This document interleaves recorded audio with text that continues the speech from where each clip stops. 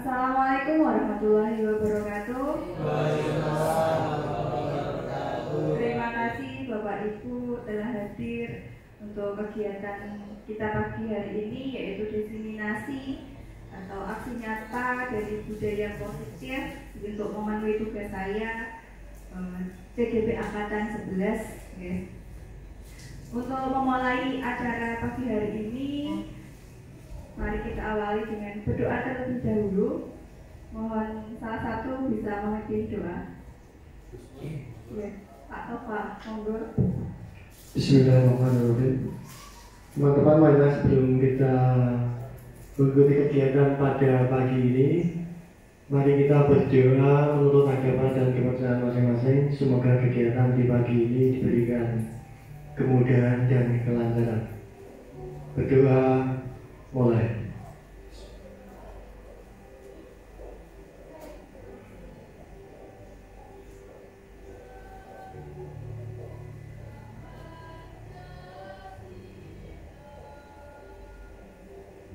Berdoa selesai.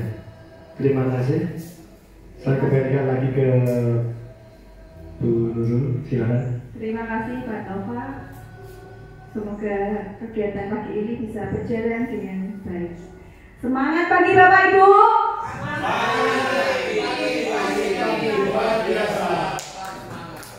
Sekali lagi, semangat pagi Bapak Ibu.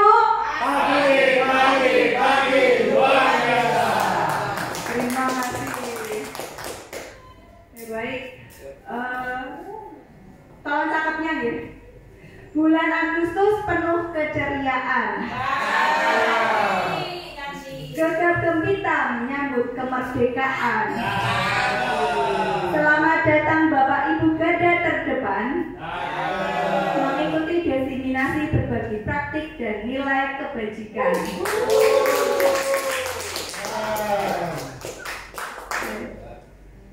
Baik, ini ada sebuah pertanyaan. Kira-kira Bapak Ibu setuju atau tidak setuju? Yang pertama mengenai hukuman dapat mendisiplinkan anak. Kira-kira Bapak Ibu Bu Winarsi, monggo.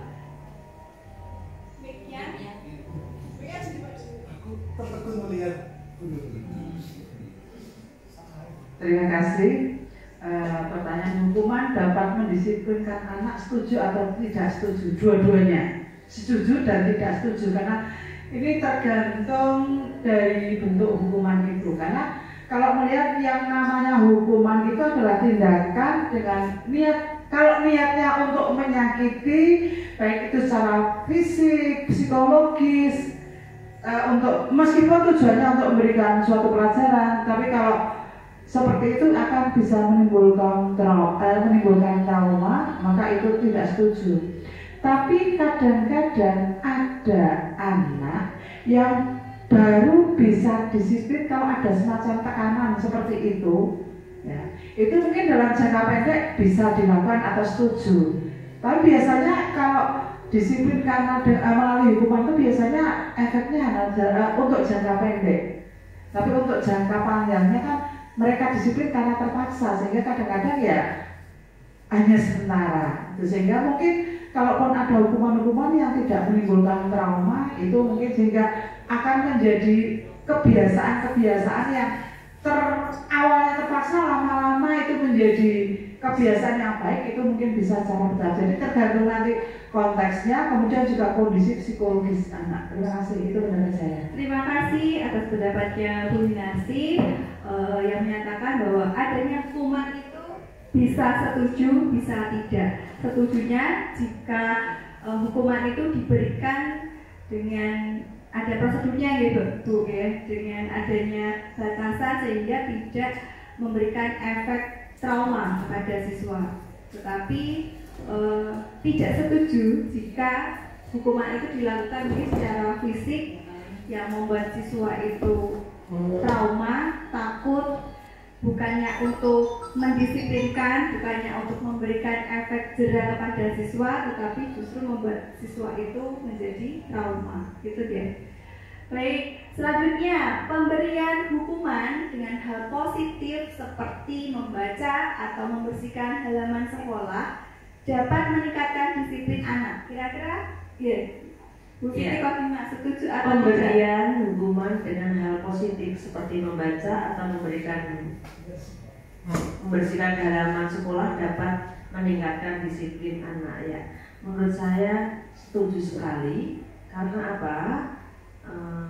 Pemberian hukuman dengan hal ini bisa melatih anak melakukan konsekuensi yang positif. Itu. Terima kasih. Terima kasih Bu Siti Khotimah. Dengan adanya hukuman seperti membaca atau membersihkan halaman itu dianggap bisa mendisiplinkan siswa karena bisa mengingatkan siswa akan sebuah konsekuensi terhadap pelanggaran yang telah dilaksanakan atau dilakukan. Mungkin ada jawaban yang lain? Pemberian hukuman itu setuju atau tidak dengan membaca, membersihkan halaman seperti itu? Kira-kira setuju tidak? Ada jawaban yang lain? Mungkin yang tidak setuju? Ada tidak? Setuju? Setuju. Oke. Baik, jawabannya kompak setuju dengan hukuman seperti membersihkan halaman sekolah. Berarti dianggapnya itu masih positif, tidak berupa hukuman fisik, begitu ya. Atau dengan kata-kata verbal yang bisa menyakitkan anak, gitu ya. Nah, berikutnya memberi penghargaan dapat meningkatkan motivasi belajar anak. Kira-kira setuju atau beritahu dong? Iya, kalau saya setuju itu karena menurut saya pribadi memberikan penghargaan itu memang dapat meningkatkan motivasi belajar anak. Jadi anak itu akan merasa ketika dia mencapai sesuatu, oh ternyata saya dihargai ya, meskipun kita memberikan reward yang kecil gitu. Tapi menurut saya juga ada batasannya itu. Jadi tidak mesti ketika anak berhasil melakukan sesuatu itu kita selalu memberikan reward. Jadi baiknya menurut saya itu tetap ada jeda. Jadi supaya anak itu tidak melakukan sesuatu itu karena merasa diiming-imingi gitu. Jadi saya tidak mau melakukan ini kalau tidak ada rewardnya, takutnya seperti itu. Jadi setuju tapi tidak setiap waktu. Terima kasih Bu Dita. Jawabannya setuju karena dengan memberikan reward itu juga bisa memberikan motivasi kepada siswa untuk melakukan sesuatu yang baik, yang sehingga mereka itu tidak menyimpang atau melakukan hal-hal yang melanggar peraturan seperti itu ya. Jadi setuju atau tidak setuju itu bisa kembali kepada kita ya sebagai seorang pendidik. Nah, ini berkaitan dengan disiplin positif ya. Karena disiplin positif itu diawali dengan menata siswa ya, supaya siswa itu sesuai dengan aturan ya, tidak menyimpang dari hal-hal seperti mengganggu yang lain gitu.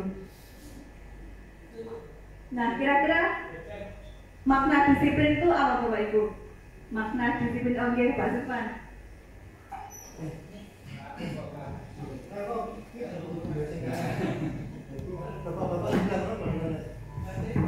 Ya, gini Ibu Nurul, untuk makna disiplin itu adalah sebuah sikap taat dan patuh terhadap nilai-nilai yang merupakan tanggung jawabnya. Yang perlu digarisbawahi adalah tanggung jawab itu. Ya, begitu. Baik, terima kasih Pak Suppan. Makna disiplin itu sebuah ketaatan ya, sebuah ketaatan pada sebuah aturan. Atau mungkin ada pendapat lain, kalau kita mendengar istilah disiplin, kira-kira berkaitan dengan apa? Bisa berkaitan dengan apa disiplin? Berkaitan dengan waktu, peraturan.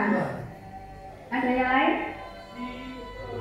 Disiplin, kalau mendengar istilah disiplin, hukuman mungkin? Ya, kalau disiplin itu biasanya dihubungkan dengan hukuman ya. Kalau pengen anaknya disiplin, biasanya dengan adanya hukuman seperti itu. Baik, Kata disiplin ini menurut Diana Gosen dalam bukunya Restructuring School Discipline tahun 2001, arti kata disiplin ini berasal dari bahasa Latin ya, disiplina yang artinya adalah belajar. Kata disiplin itu juga berasal dari kata yang sama yaitu disciple atau murid atau pengikut. Jadi untuk menjadi seorang murid atau pengikut, seseorang itu harus paham betul alasan mengapa mereka mengikuti suatu aliran atau ajaran tertentu, sehingga motivasi yang terbangun adalah motivasi intrinsik, bukan motivasi ekstrinsik.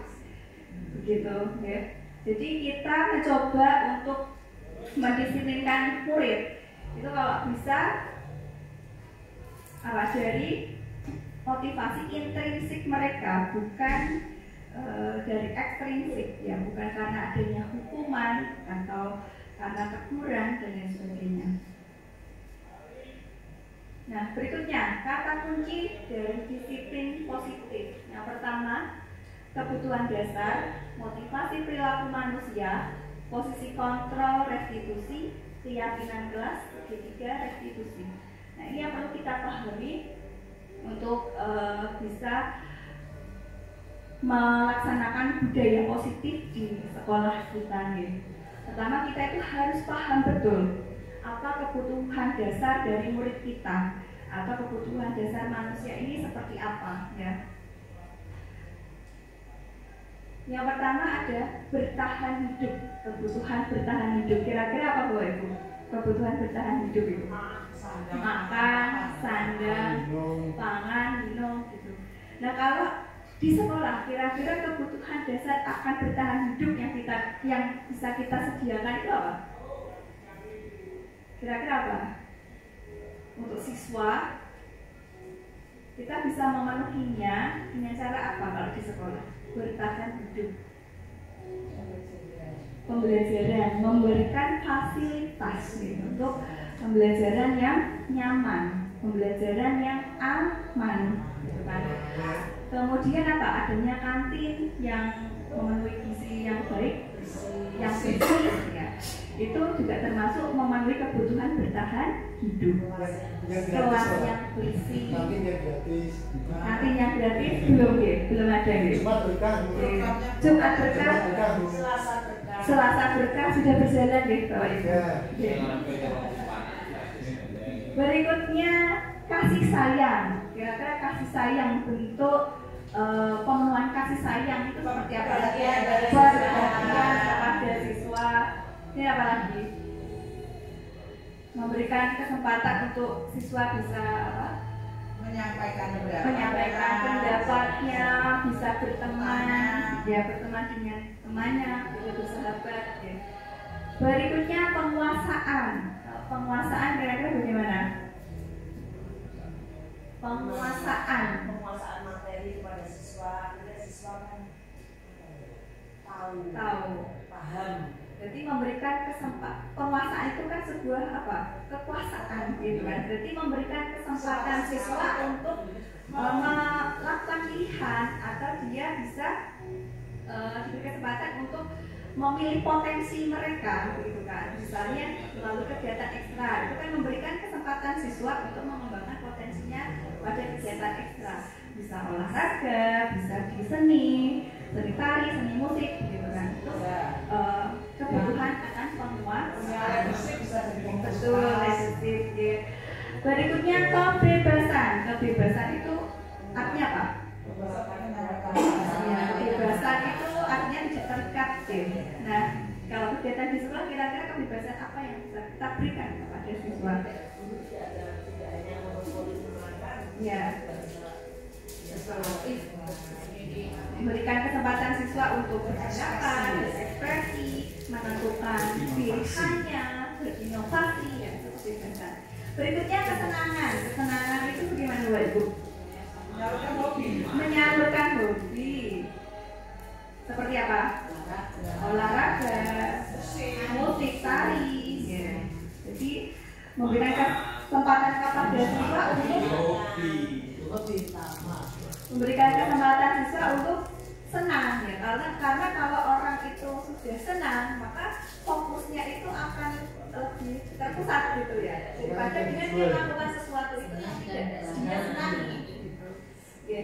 Nah itu kebutuhan dasar inilah yang perlu kita ketahui dari siswa sebelum kita melakukan kegiatan disiplin pada siswa. Jadi kita harus paham betul kebutuhan dasar ini yang harus terpenuhi pada diri manusia atau pada diri siswa. Berikutnya, motivasi perilaku manusia. Jadi orang itu akan melakukan sesuatu itu kan pasti akan ada dorongan, dorongan atau kenapa siswa kita itu mau masuk kelas, kenapa siswa itu tidak mau masuk kelas atau bermalas-malasan. Itu kan tentu ada motivasi yang mendasari mereka. Nah, ini contoh saja. Jadi tindakan guru misalnya mencatat 100 kali dalam buku kalimat, saya tidak akan terlambat lagi karena terlambat ke sekolah. Ini berupa apa? Sebuah hukuman. Berikutnya, lari mengelilingi lapangan basket 2 kali karena terlambat hadir di sekolah. Itu berupa Pak SBY ya, karena terlambat ya. Itu sebuah hukuman. Berikutnya, murid diminta untuk push up 15 kali berolahraga karena tidak menggunakan masker ke sekolah. Ini juga berupa hukuman. Kemudian menggantikan kertas tugas teman yang telah dicoret-coret. Ini berupa apa? Berupa konsekuensi, bukan berupa hukuman. Karena dia merasa bersalah telah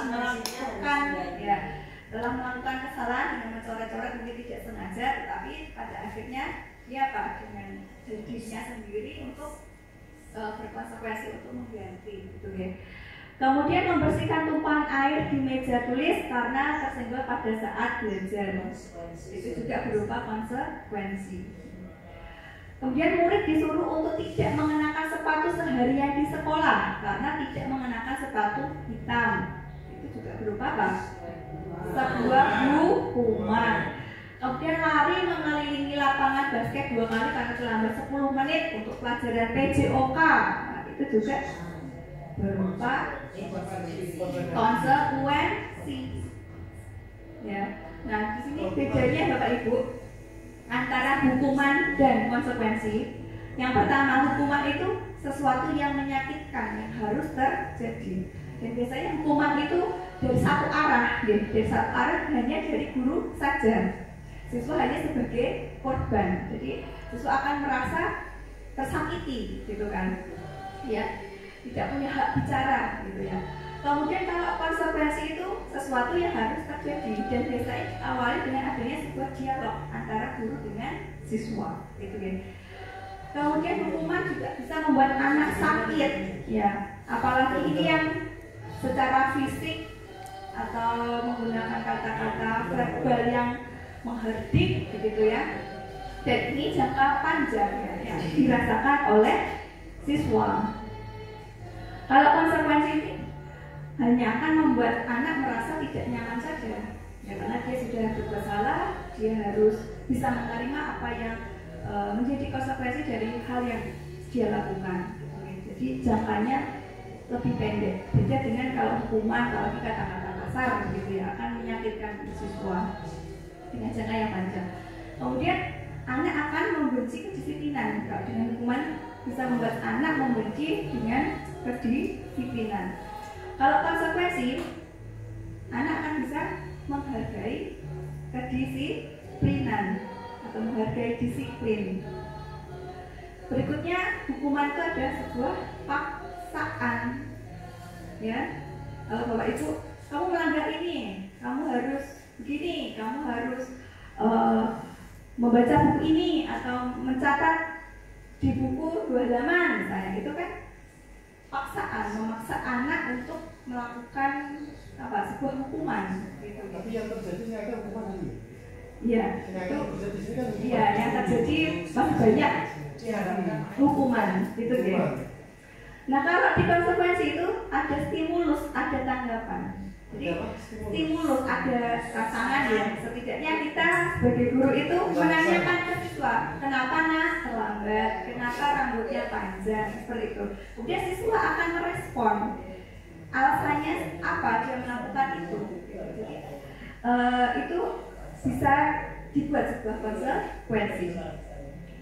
Kemudian hukuman akan mendorong anak akan menyakiti diri sendiri. Kalau konsekuensi mendorong anak akan mudah untuk menyesuaikan diri. Berikutnya, hukuman itu membuat konsep diri anak itu menjadi buruk. Saya dihukum, saya akan dianggap sebagai anak nakal, seperti itu ya. Tapi kalau di konsekuensi itu hanya akan membuat konsep diri yang baik. Jadi tidak menyalahkan anak seperti itu. Nah, pada hukuman, anak belajar untuk menyembunyikan kesalahan.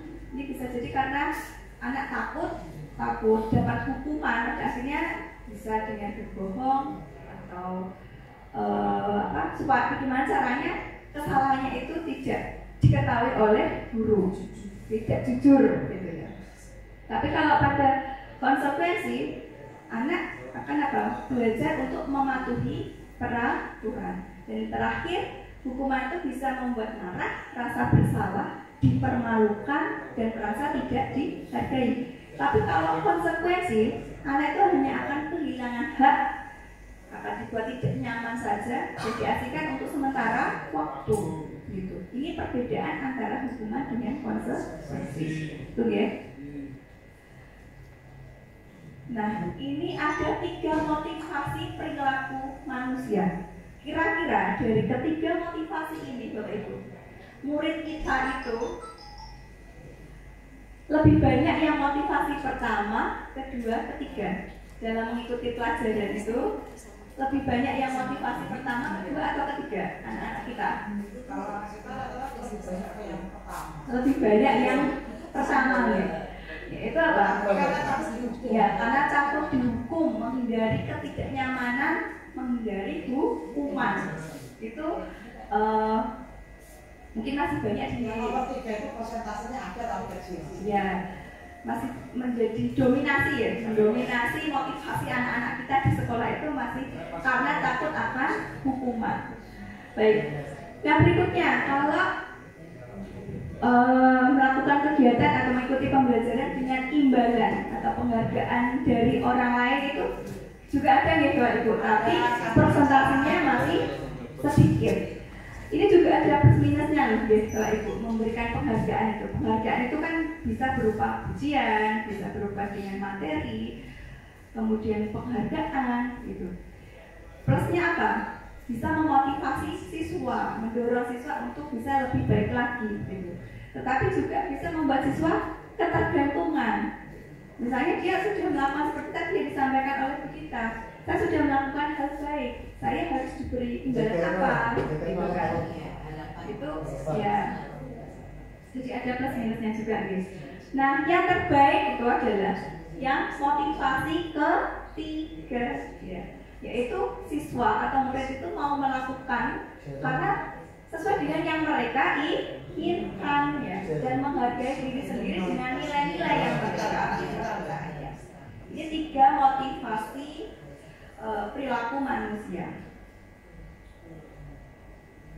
Ini posisi kontrol restitusi adalah pembelajaran. Sebagai pemimpin pembelajaran, ada 5 posisi yang bisa kita terapkan di dalam kegiatan pembelajaran. Kira-kira Bapak Ibu ini sudah sebagai apa Bapak Ibu posisinya? Sebagai teman? Sebagai teman? Harusnya teman pemantau manajer. Kalau sebagai penghukum ada? Masih ada? Masih ada. Kalau dari kelimanya semuanya masih ada. Masih ada. Tapi persentasenya lebih baik yang mana Bapak Bu? Pengennya teman. Pengennya teman. Teman-teman mesra. Baik. Apa? Yang penting nyaman. Yang penting nyaman dulu. Yang penting nyaman dulu. Ya. Ini ada contoh video ya, tentang posisi kontrol sebagai penghukum.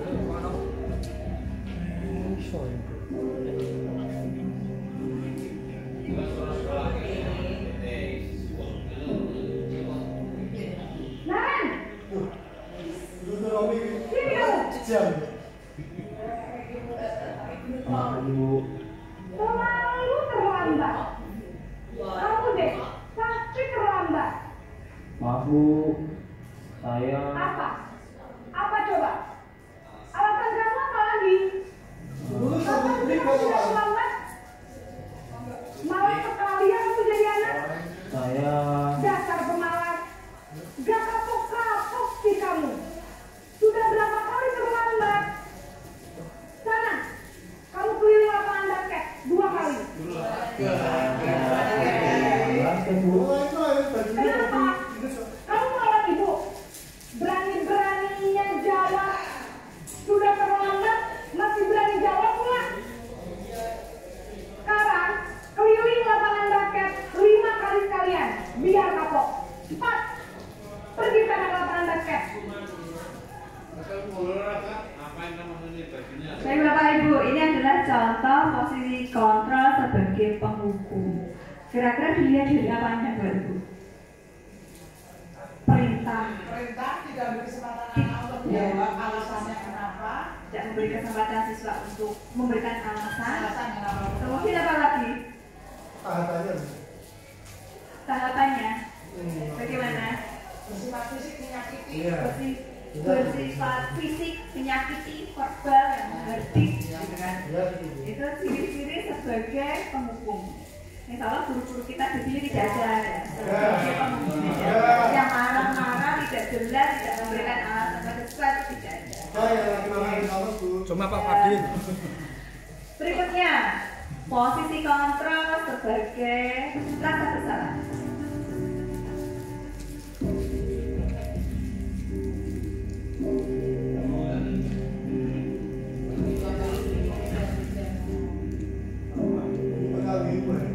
Naren,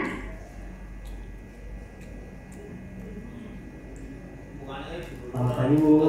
Naren, kamu kenapa terlambat lagi nak? Ya Tuhan Naren, kamu senang ya bikin ibu susah ya? Kalau kamu terlambat lagi, nanti ibu yang ditegur bapak kepala sekolah nak. Disangka ibu tidak bisa membina kamu. Duh, gimana ini? Maaf Bu. Duh Gusti Naren, kamu suka ya kalau ibu ditegur bapak kepala sekolah? Terus, sekarang ibu harus tulis apa ini di buku absen? Ini kamu sudah sering terlambat loh. Ibu harus apa coba? Maaf Bu. Maaf sekali. Ya sudah, lain kali jangan bikin ibu susah lagi ya nak ya. Ibu tidak akan kuat lagi kalau kamu begini terus. Bisa jantungan kalau ibu ditegur bapak kepala sekolah. Sana cepat kelas. Maaf ya Bu. Maaf sekali. Bedanya apa Bapak Ibu dengan penghukum? Lebih soft, menggunakan kata yang lebih lembut. Berikutnya apa? Bedanya apa lagi? Kalimatnya bisa membuat anak menjadi apa? Merasa bersalah. Ya, dengan ucapan ibunya tadi yang Naren, kenapa terlambat lagi? Apa tidak kasihan dengan ibu? Nah, ya, nanti ibu akan dimarahi oleh kepala sekolah. Nah, gitu. Itu berupa ucapan yang bisa membuat siswa itu menjadi merasa bersalah. Ini posisi kontrol sebagai pemberi rasa bersalah. Berikutnya, contoh untuk kontrol sebagai teman. Nah, ini yang dijambakan oleh ibu, ya, sebagai teman.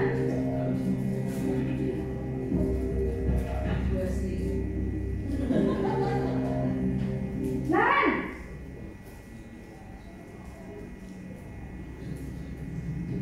Selamat pagi Bu.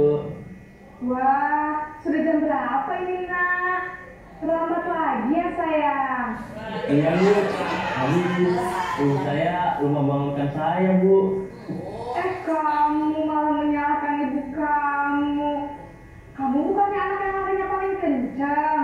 Kok terlambat sih? Yang jelas bukan kayak Bumi. Iya Bu. Saya memang terlambat bangun tadi. Jadi biar bisa lari kencang, tetap nggak kekejar Bu. Ya sudah sana, nanti lain kali larinya lebih kenceng lagi ya, biar gak terlambat lagi. Bikin senang ibu, demi ibu, bisa kan? Bisa lah Bu. Ya sudah sana masuk kelas, ibu beresin urusan absen kamu. Kamu ini ada-ada saja.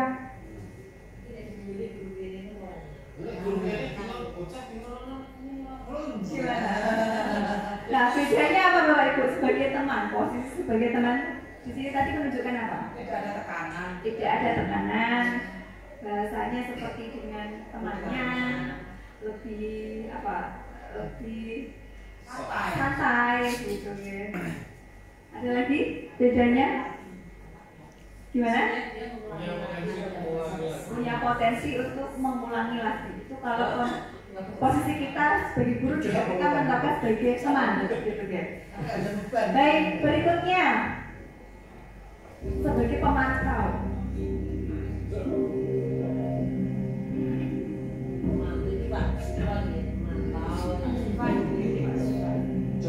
Naren,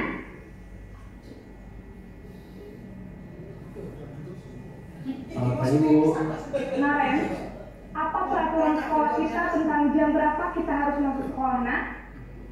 Kita harus di sekolah jam 7 Bu. Iya betul, sekarang sudah jam 7.20. Naren sudah tahu konsekuensinya jika terlambat hadir. Paham Bu. Saya harus tinggal kelas pas jam istirahat selama 20 menit. Ya benar, konsekuensinya demikian. Jadi nanti jam 9.30 pas istirahat, kamu harus tinggal di kelas, kerjakan tugas tambahan untuk ketertinggalan kamu, ya? Baik Bu.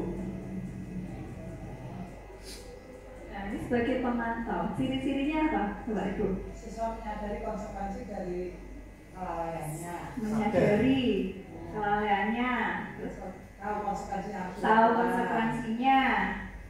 Ada lagi? Guru menyampaikan apa? Peraturan. Ya, adanya peraturan. Kamu ingat peraturan apa gitu kan? Itu sebagai pemantau. Yang berikutnya, yang terakhir sebagai manajer.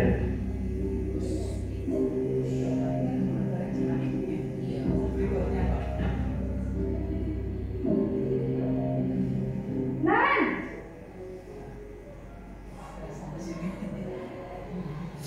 Selamat pagi Bu. selamat pagi Naren. Maaf Bu, saya terlambat. Iya, sekolah masuknya jam 7, sekarang sudah jam 7.20. Jadi sekarang bagaimana ini Naren? Maaf Bu, saya lupa setel alarm saya semalam. Baiklah, menurut kamu, keyakinan sekolah yang mana yang perlu kamu tingkatkan? Menghargai diri sendiri dan orang lain mungkin ya Bu. Setuju. Jadi, apakah Naren meyakini prinsip saling menghormati tersebut? Iya Bu, saya meyakininya. Apakah Naren bersedia memperbaiki masalah keterlambatan ini? Bersedia Bu. Bagaimana kamu akan perbaiki masalah keterlambatan ini? Saya akan coba untuk tidak lupa menyetel alarm saya Bu. Baik, kalau Naren lupa menyetel alarm di rumah, ada orang yang kira-kira bisa bantu mengingatkan tidak? Ada Bu, kakak saya, Kak Emma. Ada lagi selain Kak Emma? Selain Kak Emma, ada ibu saya. Baik, jadi yang mengingatkan Naren adalah Kak Emma dan ibu kamu ya? Kira-kira akan mulai setel alarm kapan nih Naren? Setelah pulang sekolah, akan segera saya lakukan. Baik, jadi Naren akan setel alarm untuk bangun besok pagi dan akan diingatkan oleh kakak dan ibunda Naren ya. Ada lagi yang mungkin perlu dilakukan Naren agar tidak terlambat bangun lagi? Tidak ada Bu. Baik Naren, terima kasih untuk kerjasama kamu. Sekarang kamu perlu kembali ke kelas untuk belajar. Baik Bu, terima kasih. Nah, ini Bapak Ibu sebagai kontrol manager. Bedanya di mana sebagai kontrol manager dari video tadi? Guru mencari penyebab permasalahan dan juga membantu mencari solusi untuk mengatasi permasalahan. Pertama dari guru menanyakan alasan, kemudian menanyakan penyebabnya apa dan membantu mencarikan solusi. Dan dari kelima posisi kontrol ini yang terbaik adalah sebagai seorang manajer. Ya. Manajer itu adalah posisi paling tinggi ya. Ketika kita ingin menjadi pemimpin dalam pembelajaran, di situ kita bisa mengawali dengan menanyakan terlebih dahulu alasan anak ini melakukan pelanggaran, kemudian setelah tahu alasannya, kita bisa membantu siswa untuk berpikir kira-kira solusinya bagaimana, dan berikutnya kita bisa memberikan sebuah pemantapan, ya, sebuah penguatan bahwa yang dilakukan itu kurang baik dan bisa dengan solusi yang tepat seperti itu. Itu posisi kontrol sebagai manajer. Nah, ini bisa dikatakan sebagai posisi kontrol restitusi. Ini tidak perlu nih Bapak Ibu karena tadi kita sudah menganalisis dari kelima video tadi.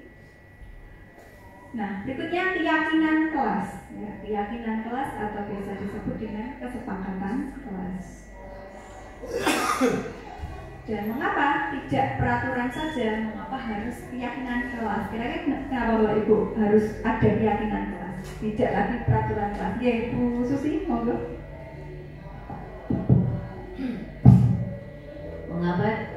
Mengapa tidak harus peraturan saja dan mengapa harus ada suatu keyakinan kelas? Karena dengan adanya keyakinan kelas, nanti di dalam suatu kelas itu nanti siswa akan memiliki rasa ikatan dengan kelas tersebut, sehingga dia memiliki keyakinan atau dia bersemangat dalam belajar di dalam kelas tersebut.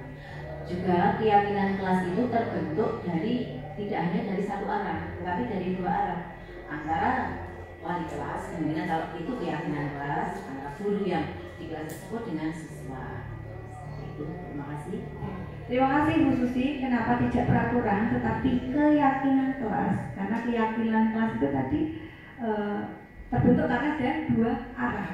Ada keinginan dari siswa dan keinginan dari guru yang disepakati bersama. Ya, tujuannya apa? Untuk mengikat supaya kegiatan pembelajaran itu bisa berjalan dengan baik. Begitu. Oke. Baik. Dan juga seseorang itu akan lebih tergerak dan bersemangat untuk menjalankan keyakinannya daripada hanya sekedar mengikuti serangkaian peraturan tertulis tanpa makna, gitu kan. Kalau peraturan itu kan tentu dari satu arah, dari guru misalnya, atau peraturan dari sekolah, dilarang ini, tidak boleh ini, kena poin 1, 2, 3 dan seterusnya. Itu kan tanpa ada keinginan dari siswa. Keinginan siswa seperti apa, tanpa tahu kebutuhan siswa seperti apa, gitu. Beda dengan keyakinan kelas yang bisa berasal dari harapan-harapan siswa sendiri itu menginginkan pembelajaran yang seperti apa, menginginkan kelasnya seperti apa, gitu kan. Dari harapan-harapan inilah nanti bisa dirumuskan menjadi sebuah kesepakatan, gitu ya.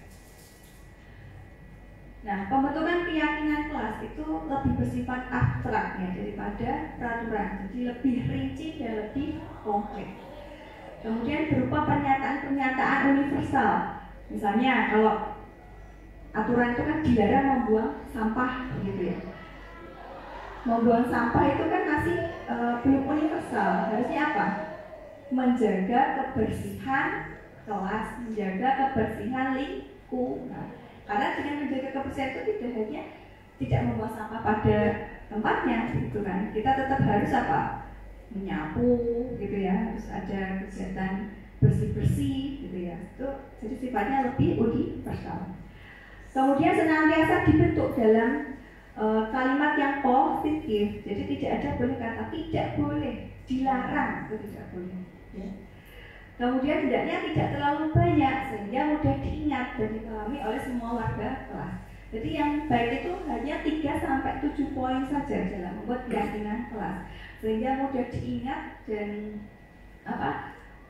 bisa ditaati bersama. Gitu. Kalau banyak peraturan itu kan siswa dan guru juga bisa lupa. Gitu kan. Tidak mungkin setiap saat itu harus membawa catatan. Gitu ya. Berikutnya, sebaiknya dapat diterapkan di lingkungan tersebut. Jadi keyakinan kelas itu kan berasal dari kelas tersebut ya. Antara satu dengan yang lain bisa berbeda-beda. Karena harapan siswa itu bisa berbeda-beda. Kemudian semua warga kelas hendaknya ikut berkontribusi dalam pembuatan keyakinan kelas, yaitu lewat kegiatan curah pendapat. Jadi setiap siswa memiliki kesempatan untuk menyampaikan pendapatnya, menyampaikan keinginannya, harapan-harapannya seperti itu. Kemudian bersedia untuk meninjau kembali keyakinan kelas dari waktu ke waktu, kira-kira sesuai atau tidak, masih bisa dilanjutkan atau tidak. Nah, tahapannya adalah pertama, memberi kesempatan pada siswa untuk bercurah pendapat ya tentang peraturan yang perlu disepakati. Contohnya, kira-kira bagaimana Bapak Ibu? Datang tempat, waktu penggunaan HP disesuaikan. Kemudian apa lagi? Menggunakan seragam, ya itu contoh-contohnya. Dan mencatat semua masukan dari guru, warga sekolah, di papan tulis atau di kertas besar, di mana semua anggota kelas atau warga sekolah itu bisa melihat curah pendapat tersebut. Nah, kemarin kalau kita membuat keyakinan kelas itu disediakan kertas post-it ya, itu memberikan kesempatan pada siswa untuk menyampaikan pendapatnya. Kemudian menyusun keyakinan kelas itu dalam bentuk kalimat yang positif. Dari kalimat-kalimat yang dibuat siswa, kita rubah menjadi kalimat yang positif. Seperti tadi yang tidak boleh, dilarang, itu bisa dirubah. Kemudian tinjau kembali daftar curah pendapat yang sudah dicatat. Kita bisa mengkelompok-kelompokkan ya, berdasarkan misalnya jadi nilai-nilai kebajikan ya. Itu dari rasa menghormati, kemudian menghargai, yang tampak dan tidak tampak itu bisa kita bedakan. Kemudian tinjau ulang keyakinan kelas secara bersama, sama sesuai atau tidak. Nah, setelah keyakinan kelas selesai dibuat, maka warga sekolah bisa meninjau ulang dan menyetujui kesepakatan kelas itu. Jadi sama siswa dan guru bisa menandatangani pada kertas kesepakatan ya. Dan keyakinan kelas itu bisa diletakkan di atau ditempel pada dinding, ya bisa dilihat oleh semua warga sekolah. Ini prosedur pembentukan keyakinan kelas. Nah, restitusi Bapak Ibu, mungkin yang masih belum mengenal ya atau belum familiar dengan istilah segitiga restitusi. Jadi restitusi ini adalah sebuah proses menciptakan kondisi bagi peserta didik untuk memperbaiki kesalahan mereka, sehingga mereka itu bisa kembali pada kelompok mereka dengan karakter yang lebih kuat. Jadi kalau bisa itu jangan memberikan hukuman, tidak boleh memberikan hukuman baik itu fisik maupun secara verbal.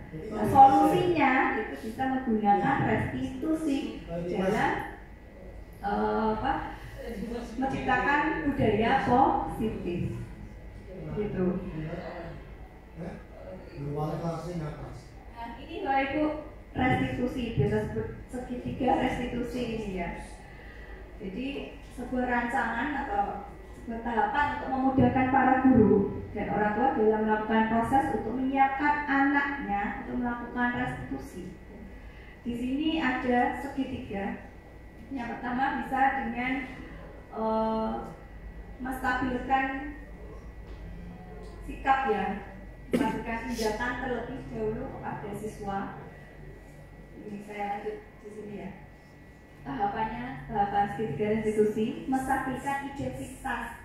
Ini bagian dari segitiga yang tujuannya adalah mengubah identitas anak dari orang yang gagal karena melakukan kesalahan menjadi orang yang sukses. Jadi anak yang melanggar peraturan itu biasanya sedang mencari sebuah perhatian, dan ini dianggap anak sebagai seorang anak yang gagal, dan dia mencoba untuk memenuhi kebutuhan dasarnya, namun ada sebuah benturan.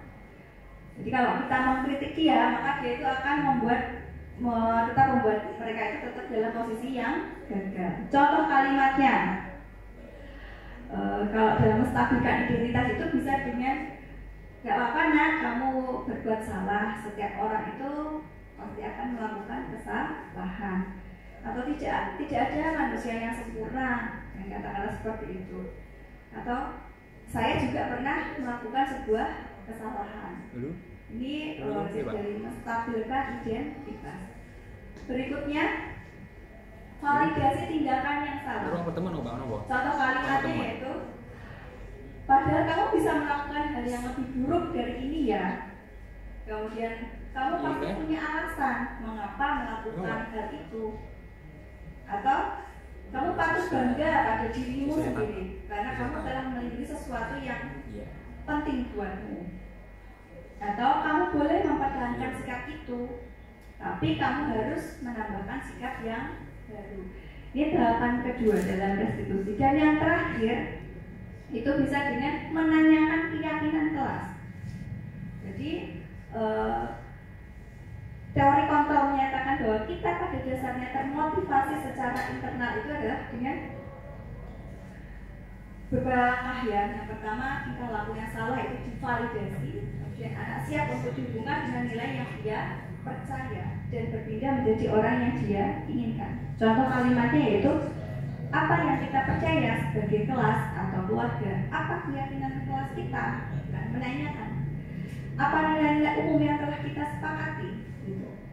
Atau apa bayangan kita tentang kelas yang ideal, ya. Atau kamu mau jadi orang yang seperti apa. Nah, ini ada contoh Bapak Ibu kemarin yang sudah saya buat dengan siswa. Contoh videonya seperti ini. Iya Bu. Kenapa? Karena sebentar saya terlambat. Jam berapa datangnya? Saya berangkat jam 7 lebih seperempat Bu. Makanya jam 7 lewat 4. Iya. Artinya terlambat. Ya tadi sedangkan kalau apa sih? Karena bekerja main game. Bekerja main game. Ya Bu, saya salah. Bukannya saya ingin menyalahkan. Bukannya saya menyalahkan, ini termasuk validasi tindakan yang salah. Kesepakatan kelas kita. Ya Bu, maksudnya. Kira-kira kesalahanmu di poin apa? Karena terlambat. Padahal keyakinan kelas kita, kesepakatan kelas kita itu ada poin di mana apa? Datang, tepat, waktu, dan di kelas. Jadi setiap orang itu pasti memiliki kesalahan dari sudut. Sekarang kamu sudah paham kesalahannya. Ya Bu, ya paham. Saya minta maaf Bu. Ya, sama-sama. Setiap orang pasti punya kesalahan dari sudut dan diulang kembali. Dan pasti pada manajemen waktu dan juga bisa belajar dan juga yang lain. Jadi kamu sudah katakan bahwa ini telah membantu. Tidak dulu.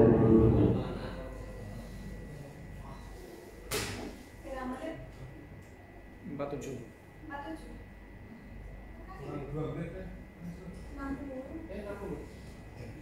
Sesi mana dulu?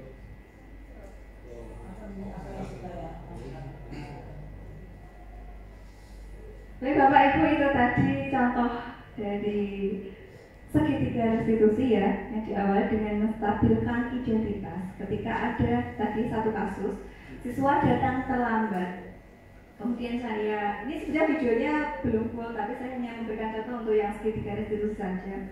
Jadi siswa ini datang terlambat, kemudian saya izinkan untuk masuk ke kelas, dan setelah pembelajaran selesai, saya panggil sendiri ya untuk siswa ini. Kemudian saya melakukan restitusi seperti tadi, mulai dari menanyakan ya kenapa siswa ini datang terlambat. Itu sudah termasuk menstabilkan identitas. Kenapa datang terlambat? Dan jam berapa gitu kan. Saya tidak langsung menghardik atau memarahi si Johan. Kemudian dia menyampaikan alasannya, kemudian dia mengaku bersalah. Nah, ketika siswa merasa bersalah, itu tugas kita apa? Memberikan penguatan bahwa orang itu pasti pernah melakukan sebuah kesalahan dan itu manusiawi seperti itu. Nah, berikutnya kira-kira bisa ditawarkan lagi ke Johan, kalau seperti itu bagaimana? Kalau terlambat terus bagaimana? Kira-kira ada solusi tidak? Gitu kan? Kalau dia terlambat terus nanti jadinya seperti apa? Gitu. Hukumannya lebih ya.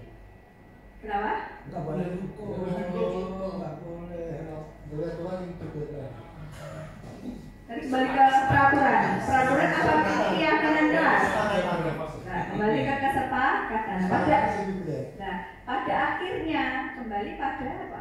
Guru mengingatkan keyakinan kelas yang telah dibuat di kelas.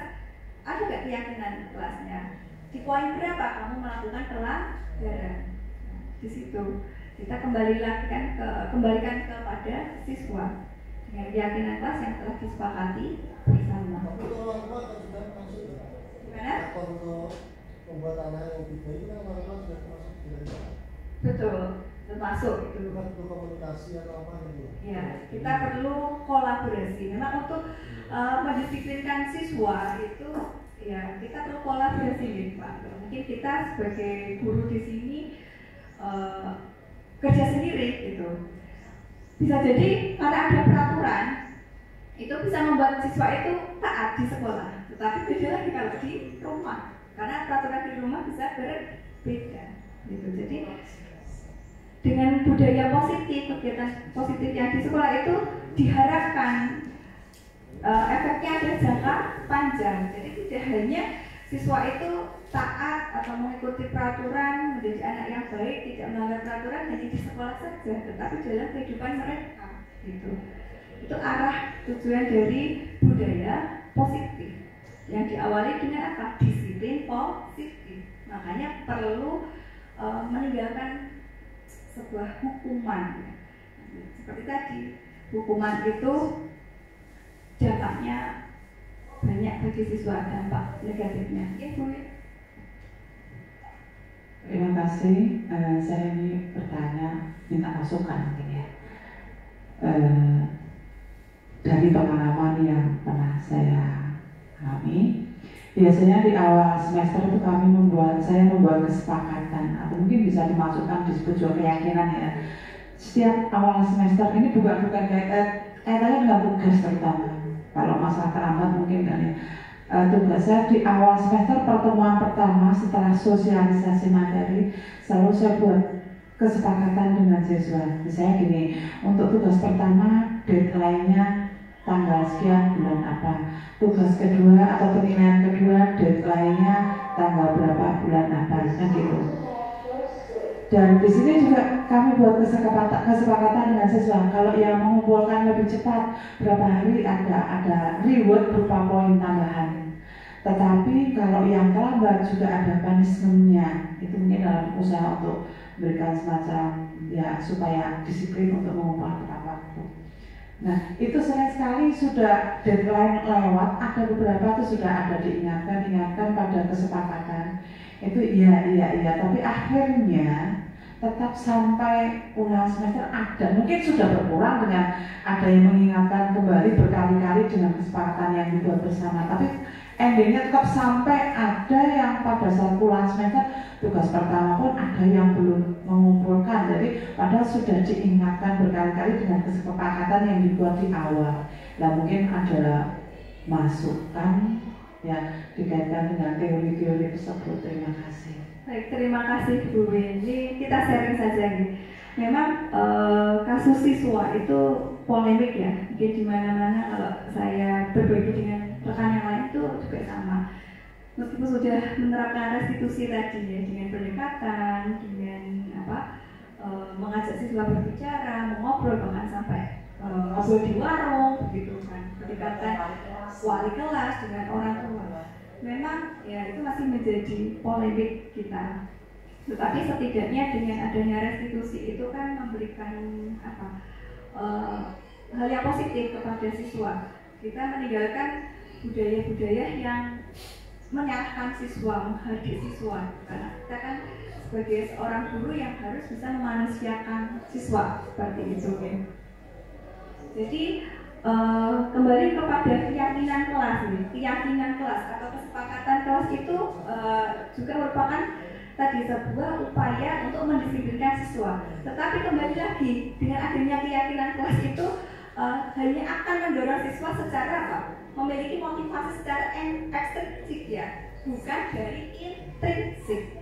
Nah tugas kita ini sebenarnya sangat besar nih Bapak Ibu untuk menumbuhkan motivasi siswa itu bisa memiliki dorongan dari diri sendiri gitu.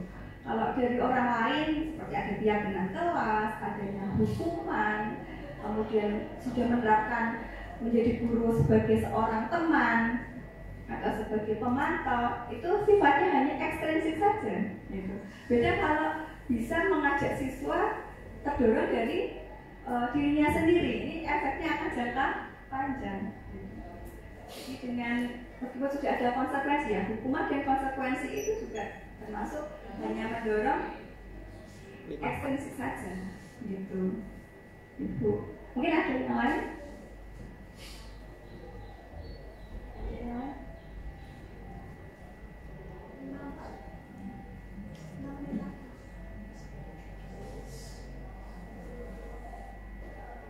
Mungkin ada tambahan, Bapak Ibu, atau kita berbagi lagi? Mungkin dari sisi RBK mungkin saya juga bikin masukan tapi kadang-kadang.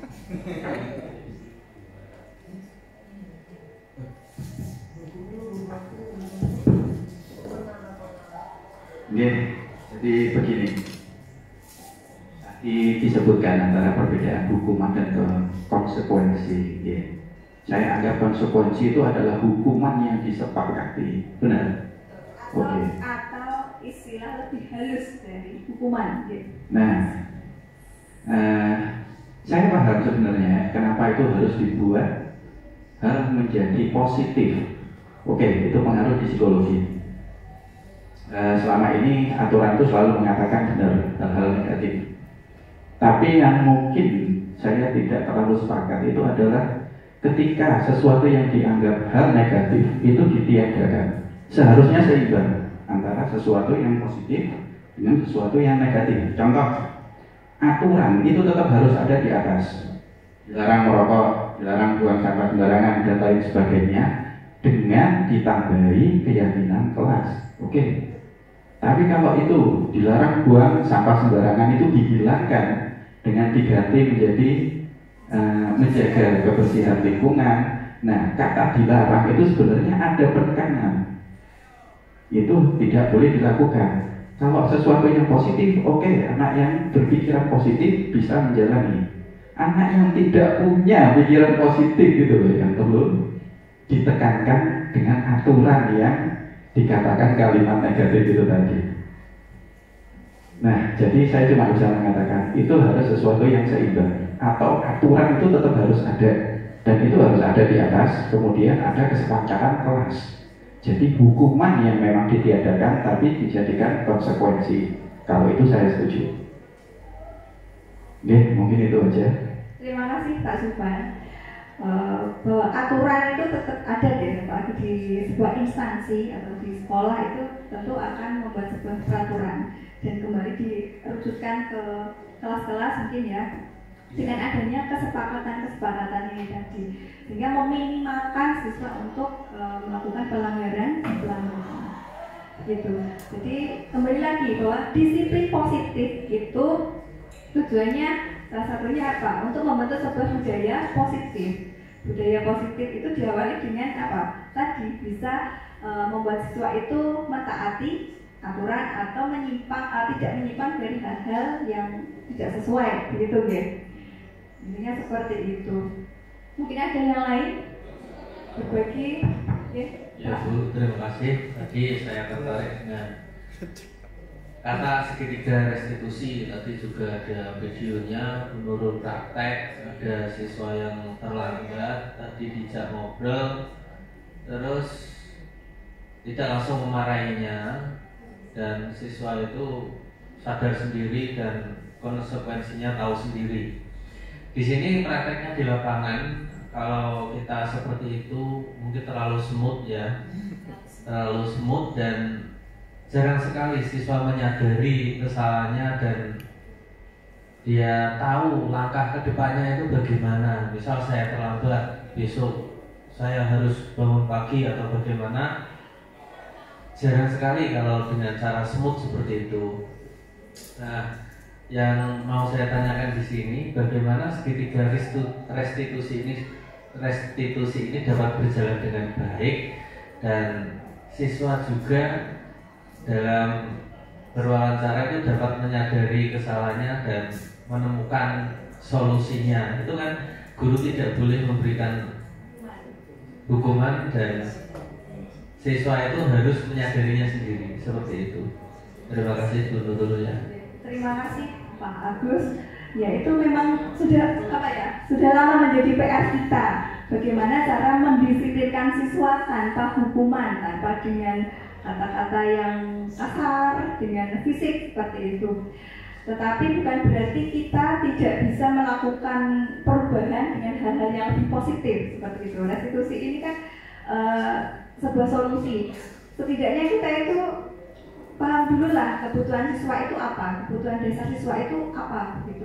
Jadi kalaupun pada akhirnya memberikan hukuman itu ya sesuai dengan prosedur gitu. Itu kalau pendapat saya ya. Jadi bukan berarti dengan restitusi itu terlalu semut apa akan diabaikan siswa seperti itulah.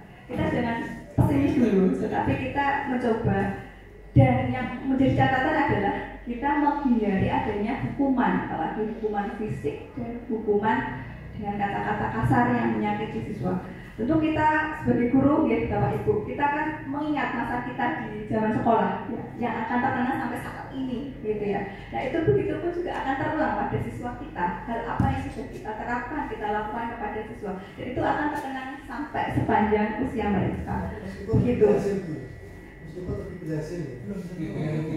Belum tentu dong. Tapi harapannya adalah kata ya Bapak Ibu itu nasibnya positif, semoga bermanfaat untuk kita juga bisa lebih baik lagi menjadi seorang pembimbing, motivator, gitu, sebagai pemimpin pembelajaran.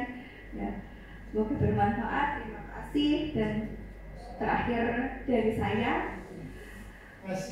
Nampak es kuwut bertabur selasih, enak diminum bersama seiris roti. Saya ucapkan banyak terima kasih. Semoga Bapak Ibu selalu